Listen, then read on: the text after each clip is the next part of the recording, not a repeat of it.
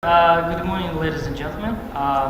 Today I'm going to be a speaker about grants for hiring. So we are fortunate to live in a country that allows and provides some money, especially for new businesses and small businesses, to help to hire certain categories of people. And I do suggest you take advantage of this opportunity if you qualify. And I'm going to present to you several opportunities. Before we start, just the outline of this presentation. So we'll speak first of all about the cost of that are involved in the hiring process. We'll talk about the grants that are available right now. We also will speak about some other grants and loans that are available for small and medium-sized businesses. And finally, I'll open the question-answer session. And we'll cover available grants, and I'll also tell you what else is available in Ontario. Now, a couple of words about the company that I represent. We are a company specializing in grant writing for small and medium businesses. We're recognized by several organizations like Canadian Manufacturers and Exporters as qualified service providers for this type of services. And also, I'm a member of expert pool of the funding portal.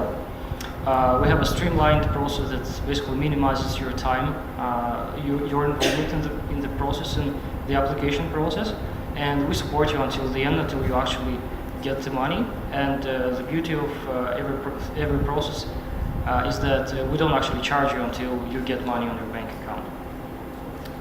Now, let's first speak about the hiring process and the cost of hiring. So what's involved here? When you hire somebody, first of all, you have to write up some job description. You have to profile your ideal candidate. Obviously, there's a cost on that. There's a cost of job advertising. There's a cost of selection, assessment, interviewing.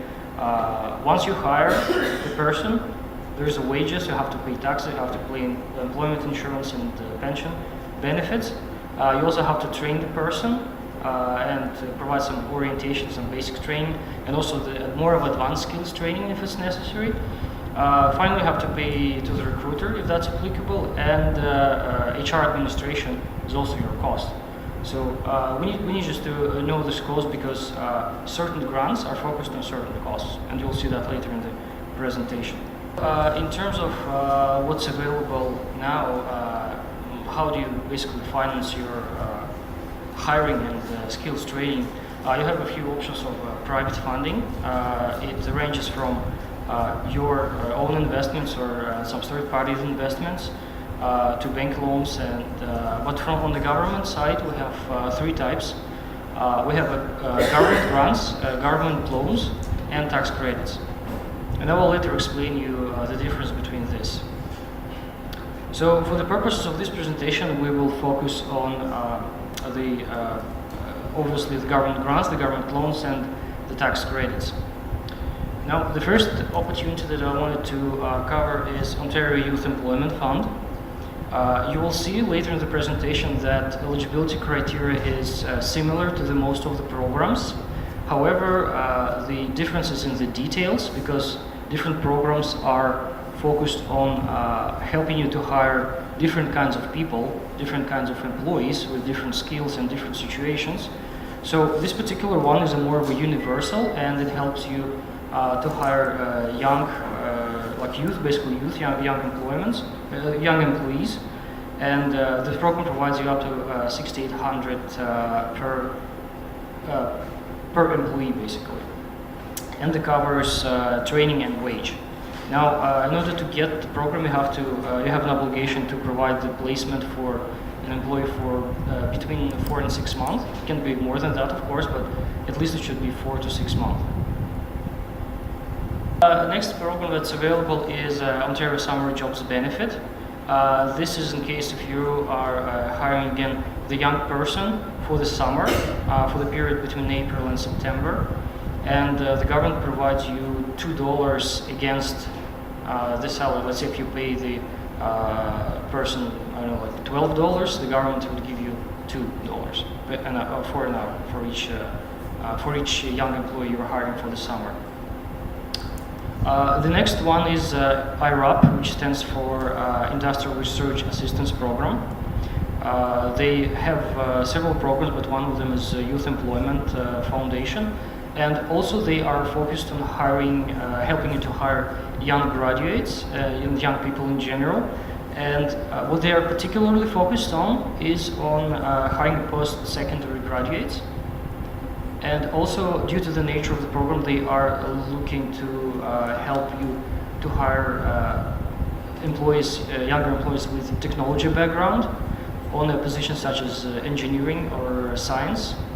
So this type of graduates, this type of employees would qualify to be hired under this program. Career Focus is another generic program, but it's focused on, in general, post-secondary graduates. Just be careful with that, because there is secondary and post-secondary. So this one is focused on post-secondary, and it's less restrictive than IRAP. So this program considers pretty much any other educational background that the person can have. And again, the maximum amount is 20,000 per graduate, and it goes against the wage and the basic training. The other program is Skills Link, and the amount is pretty high, but the reason why is that is because this specific program is focused on protecting and helping to employ most vulnerable categories of people here in Ontario. And actually that program is federal, so it also works pretty much anywhere else in Canada. So they are looking to help you to hire, for example, single parents or recent immigrants or people with disabilities. There's a few other categories of people like that for who it's not that easy to find jobs. And that's why this program exists, and I'm pretty sure it will exist for quite some time. The other program is a highly specialized, and there's a little bit of a more eligibility criteria in it. It's called Ontario Exporters Fund, and the purpose of this program is the ultimate goal of this program is to help you to grow your export sales. And so this funding provides money for you to hire experienced export salesperson or export business development manager. So the mandate of the manager should be to help you do international sales, and keep in mind that the United States is an international market, so it's a foreign market. So if you're looking for the person for developing only American market, that's still okay. Now the maximum amount of the program is 80,000, and the way the program is structured is that you should hire the person for at least 2 years. And the program gives you 50% of the paycheck of that person. Okay?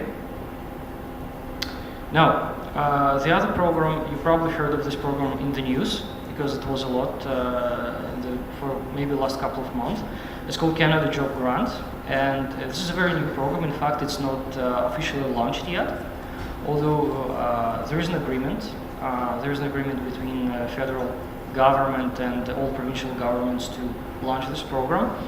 We don't know too much details about that yet, but at least what we know for sure is that this program will be designed specifically to help small and medium-sized businesses to cover the cost of skills training.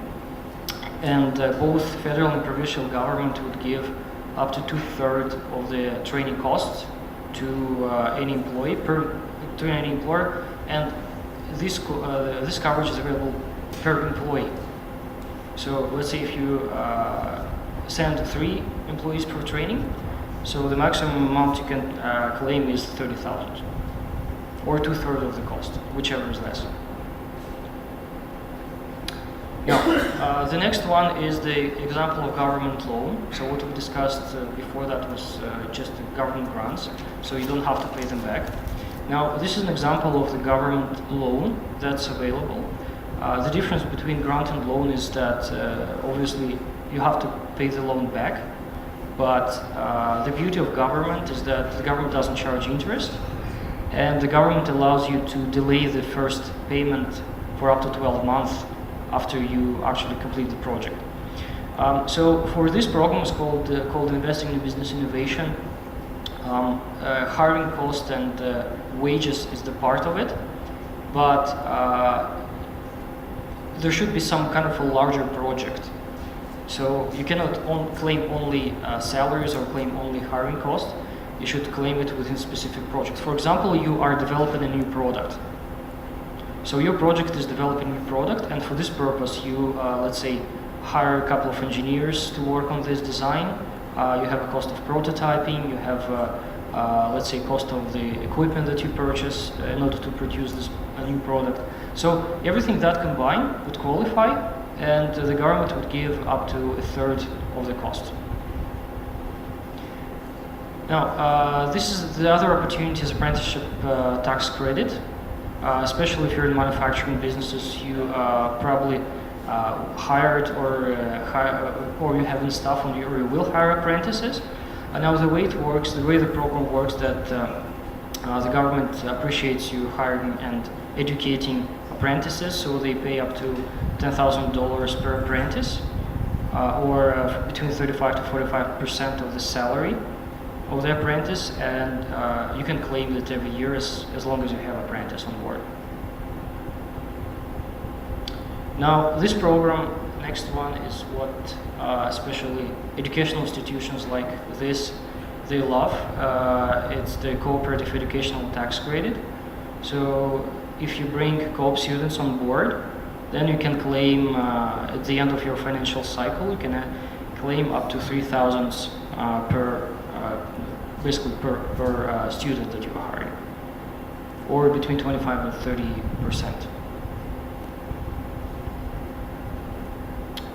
Now, a couple of other opportunities depending on where you are in Ontario. I won't cover too much of these programs, but just for your information, they exist.